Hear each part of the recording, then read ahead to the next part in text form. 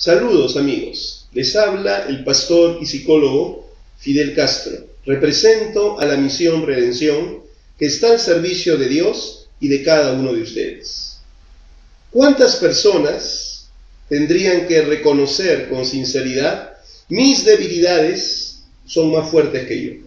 ¿Cuántas personas se sienten presas de sus propios instintos y propensiones, de tal manera que dirían como el apóstol Pablo: no hago lo bueno que quiero hacer, sino lo malo que no quiero hacer, eso hago? ¿Cuántos matrimonios destruidos? ¿Cuántas infidelidades y adulterios? Porque no se pudo resistir la tentación sexual. ¿Cuántas personas sometidas a vicios compulsivos e irreversibles, como son la drogadicción, el alcoholismo, la ludopatía, la sexomanía, el tabaquismo? ¿Existe acaso una salida eficaz para librarse de esta tiranía espiritual, de esta tiranía psicológica? Por supuesto que sí. Vamos a considerar en esta oportunidad las implicancias de la tentación y puntualizaremos 5 aspectos. En primer lugar, la definición de términos en torno a la tentación. En segundo lugar, la fuente de la tentación. En tercer lugar, las alternativas que da la tentación. En cuarto lugar, las clases de tentación. Y finalmente, la victoria sobre la tentación. En primer lugar, entendamos que el problema de la tentación, de ser tentados, no es exclusivo de personas adictas, viciosas o libidinosas. Todos los seres humanos enfrentamos tentaciones y muchas veces caemos vencidos ante ellas, produciéndose como consecuencia efectos destructivos para nuestras vidas y también para otras personas. El término tentación no es un término teológico, no es un término psicológico, es un término teológico. Lo encontramos en la Biblia. Así que vemos que en el idioma griego, idioma en el que originalmente se escribió el Nuevo Testamento, existe un solo término, una sola palabra, que se traduce al castellano como prueba o como tentación, según el contexto. Dicho término griego es peirasmos. Por ejemplo, en la carta de Santiago, capítulo 1, versículo 2, dice: tened por sumo gozo cuando os halléis en diversas pruebas. Tened por sumo gozo cuando os halléis en diversas pruebas. Allí la palabra es peirasmos y se traduce al castellano como prueba. Pero en el mismo capítulo, versículo 12, dice: bienaventurado el varón que soporta la tentación.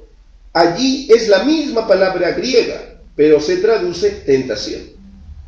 De ello podemos deducir que la tentación es una modalidad, digámoslo así, entre las diversas pruebas a las que Dios permite que seamos sometidos.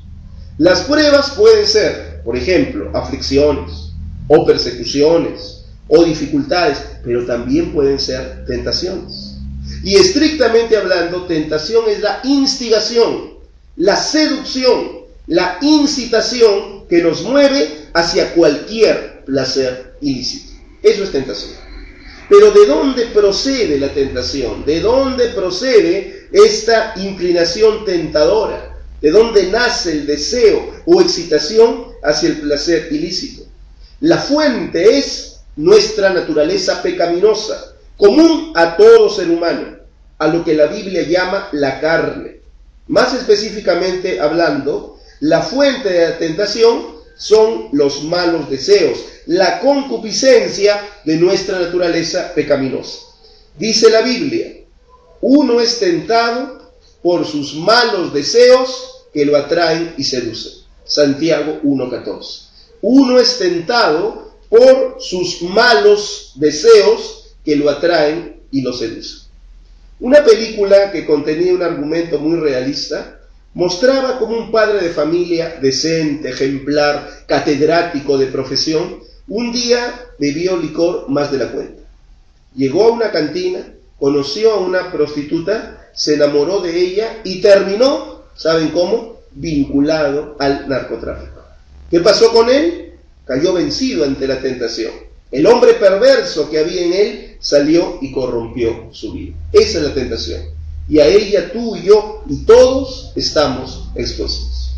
Pero a pesar de lo peligrosa que es la tentación, hay que entender que ella nos lleva a una de dos alternativas. Nos lleva al pecado con el que ofendemos a Dios, nos corrompemos y dañamos a los demás, o bien la tentación nos lleva a la obediencia a Dios, con la que honramos a Dios, afirmamos nuestra dignidad moral y preservamos a los demás de daños por culpa nuestra. ¿Se dan cuenta? Es así. La tentación te puede llevar a la desobediencia, con sus consecuencias nefastas, como te puede llevar también a la obediencia, con sus consecuencias altamente benéficas. Dicho en otros términos, a partir de experimentar la tentación, podemos o bien pecar o bien obedecer a Dios. Por lo tanto, la tentación en sí misma no es pecado. El no entender esto nos somete a falsa culpabilidad. Hay que entender que todos somos tentados y podemos serlo de la peor manera, pero no por ello ya hemos pecado. Un ejemplo de esto son los malos pensamientos. Malos pensamientos que muchas veces involuntariamente y repentinamente vienen a nuestra mente. Ello aún, entiéndame bien, ello aún no es pecado. Son solamente esos malos pensamientos una incitación al pecado, lo cual por supuesto podemos rechazar. Por eso es que la Biblia manda meditar en cosas buenas y correctas. Y hay que entender que meditar, en un sentido, no es lo mismo que pensar. Porque meditar sería albergar y desarrollar un pensamiento, mientras que pensar es ser invadido por un pensamiento. La palabra de Dios dice: sean gratos los dichos de mi boca y la meditación de mi corazón delante de ti, oh Jehová. ¿Se dan cuenta? Sean gratos los dichos de mi boca y la meditación de mi corazón delante de ti, oh Jehová. Martín Lutero dijo en una oportunidad: no puedo evitar que los pájaros inmundos vuelen sobre mi cabeza, pero soy culpable si permito que hagan su nido en ella. Es decir, pensamientos que de una manera repentina, de una manera involuntaria, vienen a nuestra mente, eso todavía no es un pecado, es una tentación. Si yo los albergo, los acojo y comienzo a alucinar y a permitir que se tejan toda una serie de malos pensamientos y malas imágenes, entonces eso sí sería pecado. En conclusión, la tentación me lleva al pecado si es que mi voluntad se alinea con mis malos deseos. Dice la epístola de Santiago, capítulo 1, versículo 14 y 15, uno es tentado por sus propios malos deseos que lo atraen y lo seducen. De esos malos deseos nace el pecado. Pero la tentación puede ser para mí, en contraste con todo esto que hemos dicho, una ocasión de obedecer a Dios, si es que mi voluntad soporta o aguanta dicha tentación, no cediendo a ella. Eso lo da a entender Santiago 1:12, cuando afirma: bienaventurado el varón que soporta la tentación. Repito, bienaventurado el varón que soporta la tentación. Ahora, hay muchísimas clases de tentaciones para todos los gustos. Por ejemplo, tentaciones sexuales. Está el caso, lamentablemente, hasta cierto punto común y corriente, del hombre casado y fiel a su esposa, pero que hace un viaje de negocios, un viaje de trabajo, y lleva consigo a su secretario, y cae en adulterio con él. Ahora, en relación a las tentaciones sexuales, existen dos mitos, ¿verdad? Por ejemplo, en relación a los novios, que entre ellos no hay tentaciones, y no debe haber, y si hay pecado. Ese es un mito, ¿verdad? Porque si no hubiera tentaciones, no tuvieran entonces una identidad sexual y no estuvieran enamorados el uno al otro. Claro que tiene que haber tentaciones, lamentablemente. Pero el otro mito es que dichas tentaciones no se pueden soportar. Es decir, que de todos modos tienen que caer en fornicación. Eso es absurdo. Ambas ideas son falsas, por ser, por supuesto, extremas. Otra clase de tentación son los excesos y vicios en relación a las diversiones y a las juergas. Hay personas, sabemos, que son arrastradas por la recreación excesiva, por la bohemia, y debido a ello faltan a sus deberes laborales y promueven muchos conflictos conyugales. Está también la codicia, el apetito desmedido al dinero, a las comodidades, a la suntuosidad. La codicia absorbe a mucha gente al punto de sacrificar sus valores morales con tal de conseguir ganancias económicas. En cuarto lugar, otra tentación, el orgullo. La tentación a la fama, al prestigio social, a la popularidad. Eso también es bastante fuerte. El delirio de grandeza, el delirio de poder, cuando llega a nuestras vidas, nos arrastra. Y en quinto lugar, la ira y el deseo de venganza. Esa es otra tentación. La pasión de satisfacer el enojo y el deseo de venganza o represalia. Eso es algo intenso y muchas veces irresistible. Sea cual fuere la tentación, nadie puede vivir exento de la misma, aun cuando uno permanezca encerrado en un convento.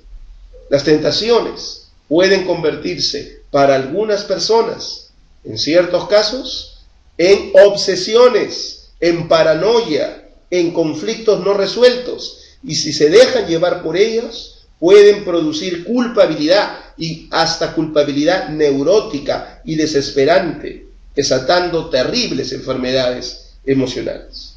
¿Cómo podemos vencer la tentación según la doctrina de Cristo? Presentaremos primero los recursos de Dios a través de la persona. El primer recurso es el amor a Dios. Recurso de Dios a través de uno mismo.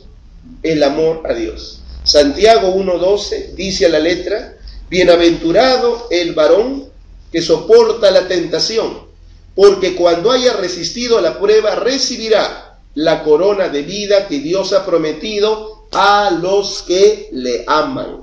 A los que le aman. El amor a Dios es una fuerza contrarrestante que revierte el ataque de la tentación. Pero ese amor, entiéndanme bien, solo Jesucristo por el Espíritu Santo puede infundirlo a nuestros corazones. Un segundo recurso es la decisión firme que con la ayuda de Dios podemos levantar en nuestro corazón. Dice Mateo 5:29, si tu ojo derecho te es ocasión de caer en pecado, sácalo y échalo de ti. Esta es una figura literaria a manera de exageración, llamada hipérbole. Y esta figura literaria señala que la persona debe renunciar contundentemente, sin duda ni ambigüedad, a todo aquello que le lleve al pecado, por más preciado que sea aquello para esa persona. En tercer lugar, la oración. Dice Mateo 26:41, manténganse despiertos y oren para que no caigan en tentación. Si vivimos en constante oración, la tentación será para nosotros como una llamada telefónica en espera. Todos necesitamos orar. El ser humano ha sido creado para tener la comunión con Dios, que ahora también funciona a través de la oración. La oración no es solo una actividad religiosa de pastores, monjas o sacerdotes. Creer en Dios y vivir sin orar es una religiosidad inconsecuente. Por ello es que somos tan frágiles ante la tentación. Un recurso que Dios nos da es la oración, mediante la cual tenemos comunión con Dios y nos volvemos resistentes, invulnerables en un sentido a la tentación. Pero además existen recursos directos de Dios en favor de la persona.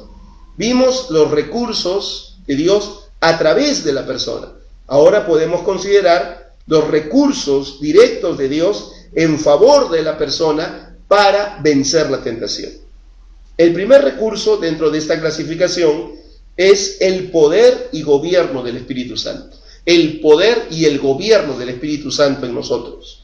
Dice Romanos 8:13, si por el Espíritu hacen morir las obras de la carne, vivirán. Repito, si por el Espíritu hacen morir las obras de la carne, vivirán.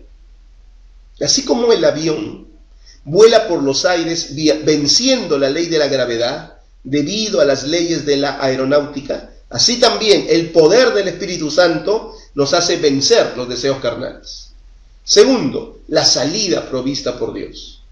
Para cada tentación hay una salida provista por Dios. Dice 1 Corintios 10:13, no les ha sobrevenido ninguna tentación que no sea humana, pero fiel es Dios que no les dejará ser tentados más de lo que puedan resistir, sino que dará a Dios, juntamente con la tentación, la salida para que puedan soportar. Dios Todopoderoso pone el límite y ofrece la alternativa frente a la tentación. En tercer lugar, el socorro del Señor Jesucristo. Dice Hebreos 2:18, pues en cuanto Él mismo padeció siendo tentado, es poderoso para socorrer a los que son tentados. El socorro de nuestro Señor Jesucristo es un socorro solidario. Él puede ayudarnos, entre otros motivos, porque Él ha pasado las mismas tentaciones que nosotros. Él nos comprende y nos favorece. Si en este momento no puedes vencer las tentaciones, si estás abatido por la culpabilidad, si no puedes seguir la conducta que tú sabes debes de seguir, te invito, sinceramente te invito, a que te aferres al Señor Jesucristo en arrepentimiento y fe. Él murió en la cruz para derrotar y vencer nuestra naturaleza pecaminosa y las tentaciones que emergen de aquella. Dice la Biblia, los que son de Cristo han crucificado la carne con sus pasiones y deseos. Eso significa que por el poder de la muerte de Cristo, tu naturaleza pecaminosa, mi naturaleza pecaminosa, llegarán a estar derrotadas y moribundas. Por el poder de la muerte de Cristo, venceremos nuestras tentaciones. Pero el requisito en el versículo que hemos leído es ser de Cristo, pertenecer a Cristo.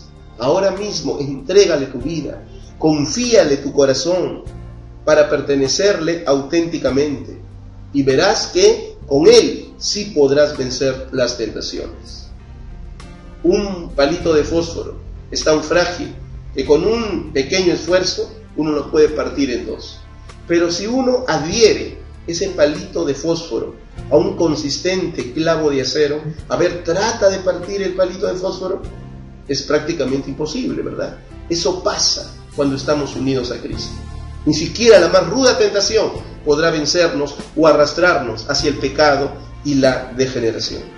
Cuentan de un pastor cristiano que viajó a un país asiático, se hospedó en un, vamos a decirlo así, entre comillas, prestigioso hotel. Después de hacer sus ocupaciones y todas las actividades que tenía que hacer en ese país extranjero, él vuelve a su cuarto en ese hotel y cuando entra en el mismo, encuentra una bella muchacha propia y oriunda de ese país, sentada en la cama esperando. Entonces, de una y otra manera, él quiere saber por qué la muchacha está allí. Y lo primero que piensa es que de repente la señorita se equivocó de habitación. Ella le dice, no, yo soy parte de los servicios del hotel para usted. O sea, era una prostituta que el hotel daba, que el hotel ofrecía a los clientes.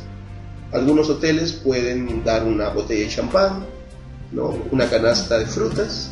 En este caso ofrecían prostitución, una meretriz esperando.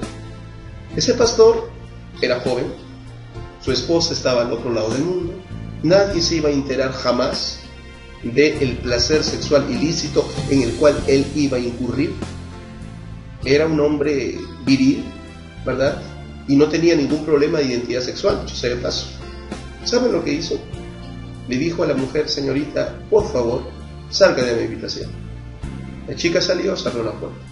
¿Por qué lo hizo? ¿Por tonto? ¿Por qué lo hizo? ¿Por temor? ¿Por qué lo hizo? ¿Por algún problema de represión emocional? ¿Por qué lo hizo? ¿Acaso no tuvo tentación? Claro que sí. Pero ese hombre tenía a Cristo en su corazón. Ese hombre, al pertenecer a Cristo, había derrotado su naturaleza pecaminosa con sus pasiones y malos deseos. En Cristo podemos hacerlo. A él nadie lo veía, nadie lo observaba, no había cámaras que lo estaban grabando, pero en él predominaba el amor, el respeto a Dios, y no solamente la potencialidad sexual propio de cualquier varón, sino la pasión por la rectitud, la decencia, la pureza y la santidad. En Cristo sí se puede vencer la tentación. Yo te animo a que vengas a sus pies.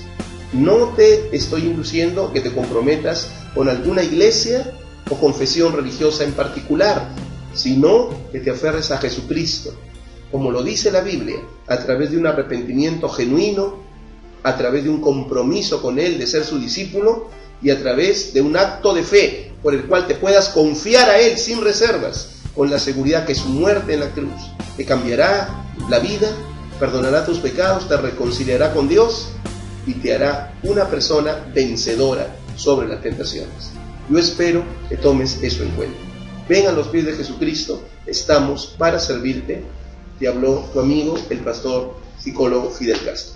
Que el Señor les bendiga.